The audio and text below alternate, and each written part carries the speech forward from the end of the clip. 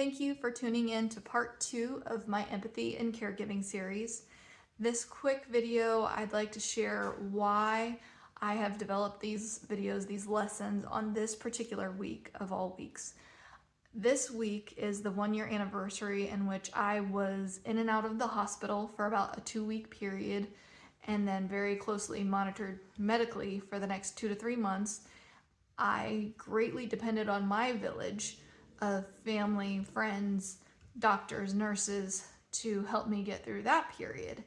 And it was a very eye-opening and humbling experience that was the kickstart to me really pushing to getting Always a Village off the ground. I was able to experience what it was like on the other side of caregiving, something that was very new for me. And I wanted to share this one moment in particular that shifted my entire mindset as a caregiver, as just a person in general. It changed my life. And it was because of one of my caregivers who took the time to empathize with what I was going through. And it was one of my nurses on one of the last couple days at the hospital. She had heard from the other nurses, I'm sure, and the doctors, and then she heard from me as well as I expressed my deep desire to go home as quickly as possible. And I was very anxious and very, very much wanting to get home so that I could bring my daughter home, so that I could be home, so I could get back to taking care of things.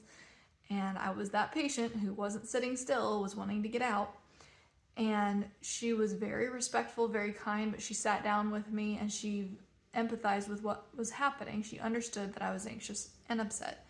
She genuinely felt what I was feeling, but then she also helped me to empathize with my family, with what they were going through while I was in the hospital. She held my hand. She's like, I'm not trying to make you upset here, but your family can live without you for a couple weeks. They can't live without you for the rest of your life. And that moment changed my life forever. And I appreciated her taking the time to sit down with me, hear what I had to say, sit with me, understand what I was feeling, but also to help me pull myself out of that moment of anxieties, of worrying about myself getting out of there, but also to think about, in the long run, taking care of myself so that I could take care of my family in the future.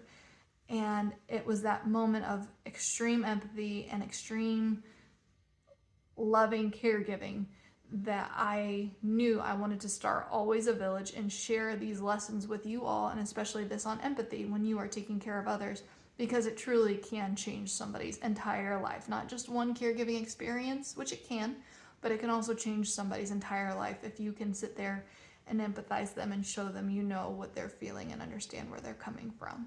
So I appreciate you taking the time to listen to my story here and why I'm sharing these lessons with you this of all weeks.